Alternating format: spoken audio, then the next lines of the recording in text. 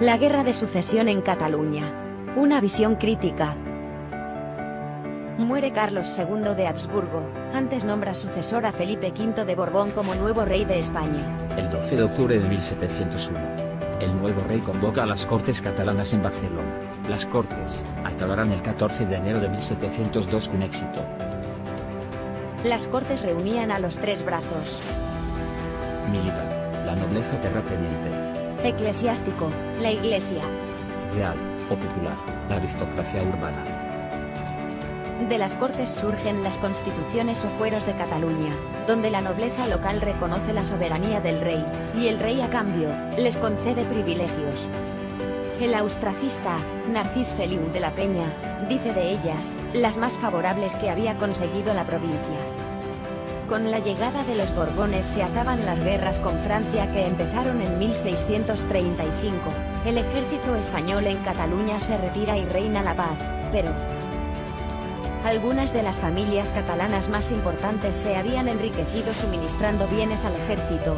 Al llegar la paz, se acaban los contratos. Los Feliu de la Peña, los Dalmau, los Dalmases, serían algunas de estas familias que empezarían a organizar un partido austracista en Cataluña. Los austracistas eran los partidarios de derrocar a los Borbones, y de dar la corona española a la Casa de Austria de nuevo. Su candidato era el archiduque Carlos de Austria. Mientras tanto, en la Cataluña central, estalla un conflicto por el poder económico en la comarca entre varias familias de Vic, los Regàs y los Cortada, y otras de Manlleu, los Erm y los Vila. Una pelea en 1703 durante un partido de pelota entre miembros de estas familias, desencadena una ola de violencia que causa decenas de muertes. El virrey Velasco, sin apenas tropas a su disposición, intenta poner orden llamando a Barcelona a los culpables de los enfrentamientos. Para evitar ser detenidos, estos se declaran en rebeldía y partidarios del archiduque.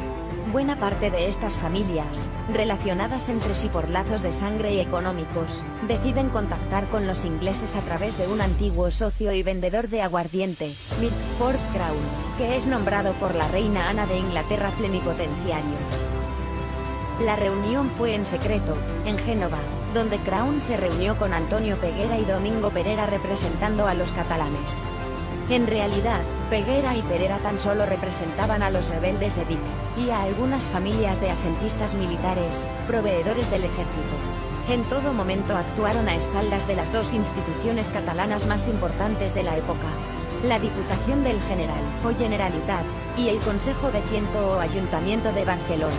El Ayuntamiento de Vic ni siquiera conocía el viaje de ambos representantes. En Génova, se pactó la entrada en la guerra del Principado de Cataluña, que aportaría voluntarios y la tierra donde pelear. A cambio, Inglaterra pondría armas y dinero, además de tropas que desembarcarían lo antes posible. Para los asentistas, la guerra traería negocio, y para los vigatans, el nuevo rey traería el perdón. Los aliados, ingleses y holandeses, cumplen su palabra, y desembarcan en Cataluña en agosto con el archiduque a la cabeza. Eran 17.000 soldados. En contra de lo pactado por Perera, no hay rastro de los 6.000 voluntarios catalanes. El rey Carlos reacciona y manda un correo a todos los alcaldes anunciando su llegada e indicándoles que deben llamar a Somatén y venir a su lado. Nadie responde. El supuesto levantamiento catalán contra los Borbones no se produce. En el último momento, cuando los aliados se estaban planteando reembarcar, el príncipe Enrique de Hesse-Darmstadt, último virrey de Cataluña durante el reinado de Carlos II, ordena a 6 de sus oficiales catalanes que vayan a sus pueblos con un grupo de hombres armados para que fuercen a los alcaldes a alzarse en armas. La mañana del 19 de agosto de 1705 Juan Nebot llegó a Riudoms con 10 hombres armados a las 3 de la mañana. Se dirigió a casa del alcalde levantándolo de la cama y obligándole a reunir al consistorio. A las 5 y bajo coacciones, juró fidelidad a Carlos y renegó de Felipe de Borbón, llamando a las armas, Somatén, a todos los varones del pueblo. Los alzados fueron así de pueblo en pueblo forzando a la rebelión. La mayoría de las poblaciones se entregaron sin resistencia ya que no había ejército regular en Cataluña. Solo algunas ciudades como Lleida plantearon alguna resistencia. El más sonado fue Cervera, que se resistió con las armas, y solo capituló cuando empezaron a quemar sus campos. El 14 de septiembre de 1705 inicia el asedio a Barcelona. A esas alturas de la guerra, la Diputación y el Consejo de Ciento eran pro-borbónicos, y buena parte de los representantes en las Cortes de 1701-1702 también lo eran. Al ver que la ciudad resistía, los aliados decidieron empezar un bombardeo indiscriminado sobre objetivos civiles. Una de las bombas cayó en el Palacio de la Generalitat hiriendo mortalmente al diputado eclesiástico Francesc de Valls i Freixa.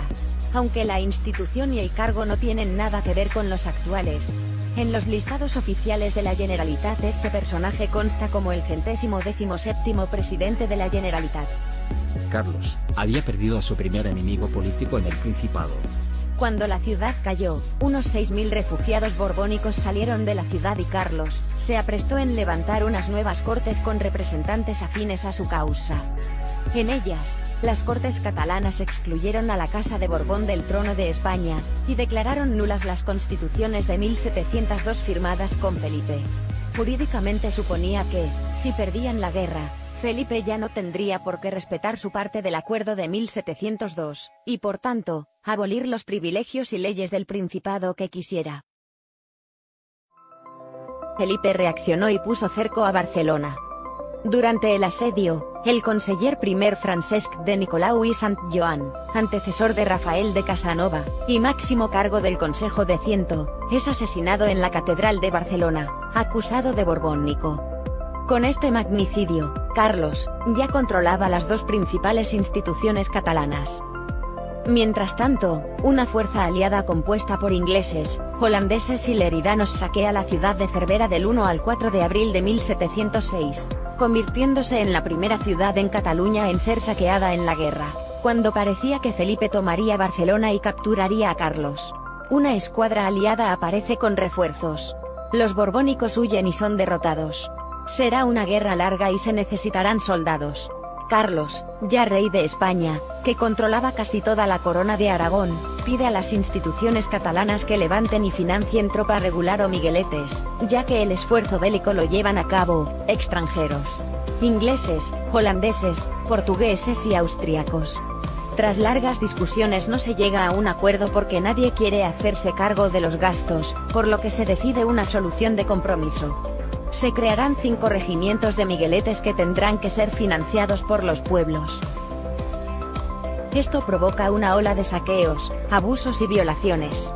Pese a que las tropas regulares de ambos bandos también abusaban de la población civil, los migueletes eran considerados los peores por los campesinos catalanes. Los contratistas militares catalanes, alzados en armas en 1705, vuelven a firmar contratos con el ejército, esta vez el aliado. Con la guerra, su negocio prospera. En 1707 el ejército borbónico compuesto por españoles y franceses, aplasta al ejército aliado austracista en la batalla de Almansa. Pese a llevar ya 2 años de guerra, todos los regimientos del archiduque son extranjeros, sin ningún regimiento español entre sus filas. Poco después y tras un duro asedio, cae Lérida en octubre de 1707, la ciudad es saqueada y se convierte en frente hasta el final de la guerra.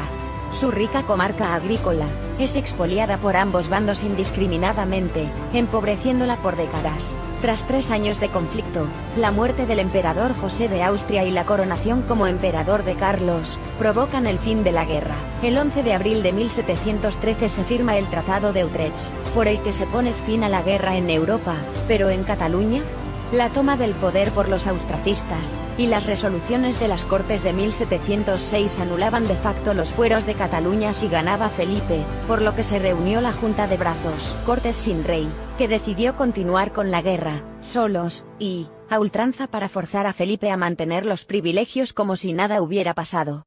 En Montjuïc izaran una bandera negra con el lema, Morts, o els nostres privilegis conservats, muertos o nuestros privilegios conservados.